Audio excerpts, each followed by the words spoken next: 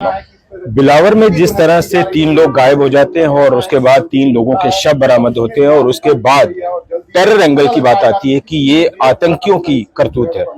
बातचीत करने के लिए हमारे साथ मौजूद हैं सतीश शर्मा जी बिलावर से। सतीश जी, हमने 2 दिन पहले भी आपको लाइव पे लिया था जिस दिन ये इंसिडेंट हुआ, शव जो है वो बरामद हुए।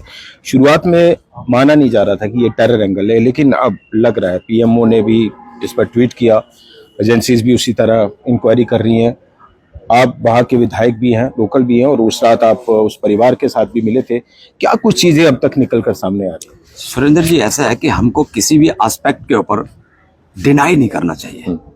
हमको हर पहलू, हर एंगल, हर उस चीज को लेकर चलना चाहिए। यहाँ पे हमको कहीं शक शुबा की कोई चीज लगती है तो हम तो ये कह रहे हैं। देखिए, मैंने अभी भी काफी लोगों से बातचीत हुई तो मैंने यही कहा कि जो बारात घर से निकली सज धज के निकलती है साहब, बिल्कुल, और लड़के के मामा की शादी थी और वो बच्चा दिल्ली में रहने वाला बच्चा, पढ़ा लिखा था साहब, 14 साल का बच्चा, यूपीएससी के लिए तैयारी के लिए वो दिल्ली में अभी से प्रिपरेशन कर रहा था।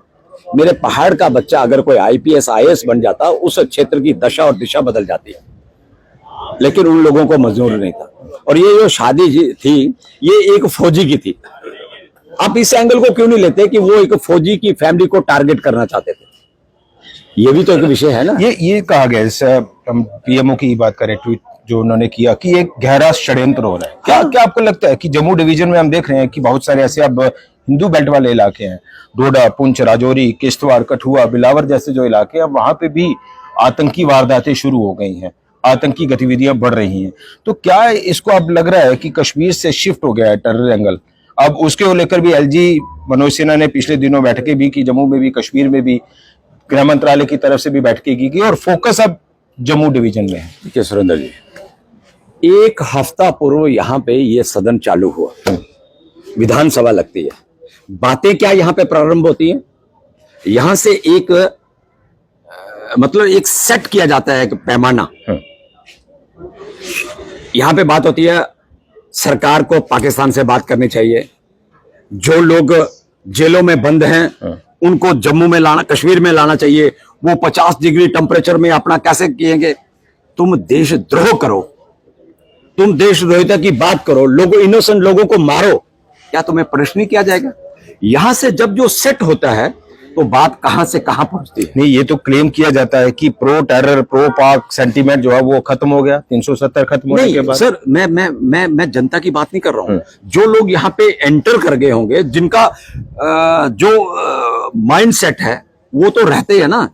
370 खत्म हो गया, लेकिन जो नेता अंदर बैठे हैं इनका तो अभी नहीं हुआ ना मामला। ये तो अभी उसी राह पे चल रहे हैं ना, आप खुद देख रहे हैं ना कि ये तो वही भाषा प्रयोग कर रहे हैं। नहीं साहब, पाकिस्तान को जब आपने देख लिया था ना, बड़े सीनियर लोग, पाकिस्तान से बात होनी चाहिए। क्या बात होनी चाहिए?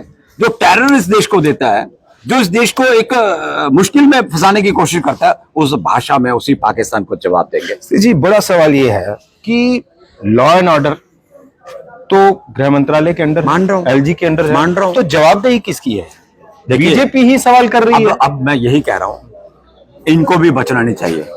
ये जो इंसिडेंट हुआ, मुझे बताइए, 70 वर्षों तक इन्होंने शासन किया इस प्रदेश के अंदर, किया कि नहीं किया?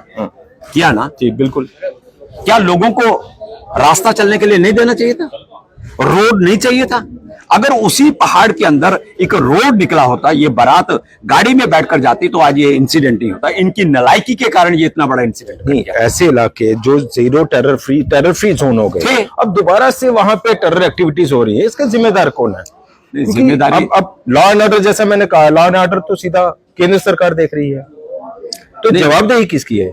दोनों तरफ से होगी साहब। ये बात मैं नहीं कह रहा कि केंद्र की नहीं होगी, दोनों तरफ से जवाबदेही होगी। लेकिन ये अपने आप को जिस तरह से कह रहे हैं ना कि नहीं साहब, ये तो हमारा अपना पल्ला झाड़ रहे हैं। जो आज जो ये गुलमर्ग की बात कर रहे थे, मुख्यमंत्री जी के नजदीकी रिश्तेदार का वो होटल है, वहां पे जो घटना घटी है, वहां पे दारू जो परोसी गई, वो भी तो इन्हीं का डिपार्टमेंट था, एक्साइज डिपार्टमेंट, उसी की परमिशन ली गई थी। ये अपना पल्ला कैसे झाड़ सकते हैं साहब? इतनी बड़ी घटना घट रही है, कोई कहेगा कि हम पल्ला झाड़ के और ये हो जाएगा। ये इंसिडेंट हुआ, मैं मान के चलता हूं, हमारे यहाँ पे जो 3 लोग जो शहीद हुए, वीर गति को प्राप्त हुए, ये मैं कह रहा हूं। सरकार कोई दे या ना दे उनको, हम कह रहे हैं जब जनता की भावना निकलती है तो उसका अपनी एक वैल्यू होती है। बिल्कुल। ये कहें या ना कहें, ये जब घटना घटती है साहब, इनको इसके ऊपर संज्ञान लेना चाहिए था, लेकिन इन्होंने सदन के अंदर एक भी शब्द उस समय नहीं निकाला। ये मैंने जब बोला तो उसके बाद सारा मामला हिला, और सरकार ने इसके ऊपर, यही प्रशासन था, 700 लोग उस समय उस ऑपरेशन के अंदर थे, ऑपरेट कर रहे, जो आर्मी के कमांडर, ब्रिगेडियर लेवल के, उनके सारे जीओसी वगैरह जो भी थे, जो भी कर्नल्स वगैरह जो लगे थे, पुलिस के आला अधिकारी, मंडल आयुक्त जो है आपके आईजी साहब, ये वहां 2 दिन डेरा डाल के बैठे रहे। हर एक वो इक्विपमेंट जो यूज कर सकते थे उसे ढूंढने के लिए वो इन्होंने किया। हम कहीं पीछे नहीं है उस मामले में, लेकिन कहीं ना कहीं गलती तो रही होगी, ये भी मैं मान रहा हूं। क्यों नहीं मानना चाहिए? जो गलती होगी उसको एक्सेप्ट करना चाहिए, तो इनको भी करना चाहिए। अब ये मामला दूसरी तरफ घुमाएंगे, वो मैं घूमने नहीं दूंगा। अच्छा, एक बात ये कि आप लोकल भी हैं और चीजों को जानते भी हैं, जिस तरह से हमने बात भी कही, डोडा, पुंछ, राजौरी, किश्तवाड़ जैसे इलाकों में, कठुआ जैसे इलाकों में अब दोबारा से ऐसी गतिविधियां हो रही हैं। आपको लगता है वीडीजी को थोड़ा सा दोबारा से एक नए सिरे से स्ट्रेंथन करना पड़ेगा? वो एक बहुत बड़ी पहल हो सकती है। उसके लिए हम एलजी साहब से भी बात हो गई है और आदरणीय गृह मंत्री जी से भी बात हुई है। उसकी कोई अब कमी नहीं रहेगी। हमने लोगों से कहा है, आप डिमांड करो, उसी आधार के ऊपर आपको वो दिया जाएगा।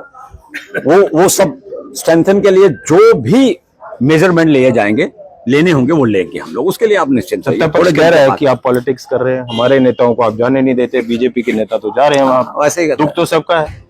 मीठी मीठी गप गप, कड़वी कड़वी थू। मैं वही तो आपसे कह रहा हूं साहब, 70 वर्ष शासन करने के बाद अगर रोड वहां पे दी होती तो ये इंसिडेंट नहीं होता। लोग गाड़ी में बैठकर जाते बाराती और ये इंसिडेंट नहीं होता।